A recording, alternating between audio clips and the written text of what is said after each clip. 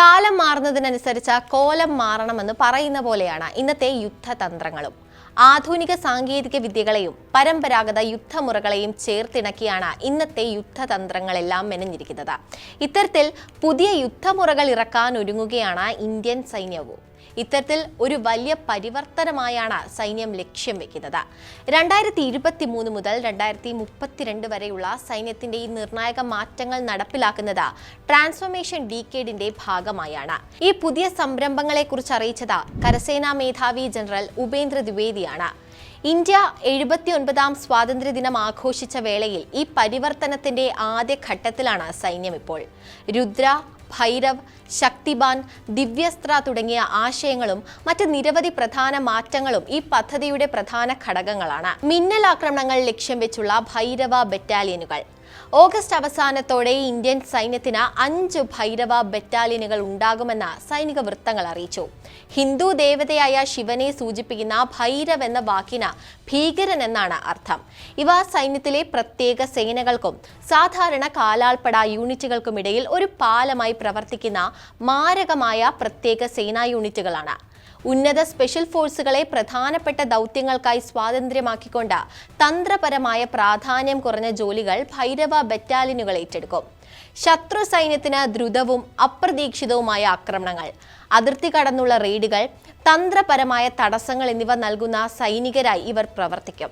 സർവായുധധാരികളായ രുദ്ര ബ്രിഗേഡുകളാണ് രണ്ടാമത്തേത്. ജനറൽ ദ്വിവേദി തന്റെ പ്രസംഗത്തിൽ രുദ്ര ബ്രിഗേഡുകളുടെയും ആമുഖത്തെക്കുറിച്ച് പരാമർശിക്കുകയുണ്ടായി. കാലാൾപ്പട, പീരങ്കിപ്പട, കവചിത സേന എന്നിവയിലെ സൈനികരെ ഉൾപ്പെടുത്തി രൂപീകരിക്കുന്ന സർവായുധ ബ്രിഗേഡുകളാണ് രുദ്ര. സൈന്യം ഇതിനകം തന്നെ 2 ബ്രിഗേഡുകളെ രുദ്ര ബ്രിഗേഡുകളാക്കി മാറ്റിയിട്ടുണ്ട്. ഇവ ഓരോന്നിനും സ്വന്തമായി മികച്ച ഫയർ പവറും സൈനിക ശേഷിയുമുണ്ട്. എല്ലാ കാലാൾപ്പട ബറ്റാലിയനിലും ഇപ്പോൾ ഡ്രോൺ പ്ലാറ്റൂണുകൾ ഉൾപ്പെടുന്നു. കൂടാതെ ദിവ്യാസ്ത്ര ബാറ്ററികളും യുദ്ധോപകരണ ബാറ്ററികളും വഴി പീരങ്കികളുടെ ശേഷി ഗണ്യമായി വർദ്ധിപ്പിച്ചിട്ടുണ്ട്. ആർമി എയർ ഡിഫൻസിൽ തദ്ദേശീയ മിസൈൽ സംവിധാനങ്ങൾ സജ്ജീകരിച്ചിട്ടുണ്ടെന്നും അദ്ദേഹം അറിയിച്ചു. ആധുനിക പീരങ്കിപ്പടയായ ശക്തിബാനും ദിവ്യാസ്ത്രവുമാണ് അടുത്തത്. ശക്തിബാൻ എന്നാൽ ശക്തിയുടെ അസ്ത്രമെന്നും ദിവ്യാസ്ത്രം എന്നാൽ ദൈവിക ആയുധമെന്നുമാണ് അർത്ഥം വരുന്നത്. ഈ ആയുധങ്ങളും കരസേനയുടെ പീരങ്കിപ്പടയിൽ ഉൾപ്പെടുത്തിക്കൊണ്ടിരിക്കുകയാണ്. ആദ്യഘട്ടത്തിൽ കുറഞ്ഞത് 5 പീരങ്കി റെജിമെന്റുകളിലെങ്കിലും ദിവ്യാസ്ത്ര ബാറ്ററി ഉണ്ടായിരിക്കുമെന്നും വൃത്തങ്ങൾ അറിയിച്ചു. ആധുനിക യുദ്ധത്തിന് അനുയോജ്യമായ കൂടുതൽ മാരകവും വൈവിധ്യമാർന്നതുമായ ഒന്നാണ് ദിവ്യാസ്ത്ര ബാറ്ററികൾ. ഡീപ് സ്ട്രൈക്ക് കഴിവുകൾ, തത്സമയ ട്രാക്കിംഗ്, സ്റ്റാറ്റിക് മൂവിംഗ് ഭീഷണികളുടെ കൃത്യമായ ഇടപെടൽ എന്നിവയിലൂടെ പീരങ്കികളുടെ ഫയർ പവറും പ്രവർത്തന ഫലപ്രാപ്തിയും വർദ്ധിപ്പിക്കുക എന്നതാണ് ദിവ്യാസ്ത്ര ബാറ്ററികളുടെ പ്രാഥമിക ലക്ഷ്യം. അതേസമയം പൂർണ്ണമായും സാങ്കേതിക വിദ്യയിൽ അധിഷ്ഠിതമായ പ്രത്യേക പീരങ്കി റെജിമെന്റുകളാണ് ശക്തിബാൻ യൂണിറ്റുകൾ. ആക്രമിക്കുന്നതിന് മുൻപ് ലക്ഷ്യങ്ങളിൽ പറന്ന് നിരീക്ഷിക്കാൻ കഴിയുന്ന സീ ആൻഡ് സ്ട്രൈക്ക് ദൗത്യങ്ങൾക്കായി ഇവ ഡ്രോണുകളും യുദ്ധോപകരണങ്ങളും ഉപയോഗിക്കുന്നു.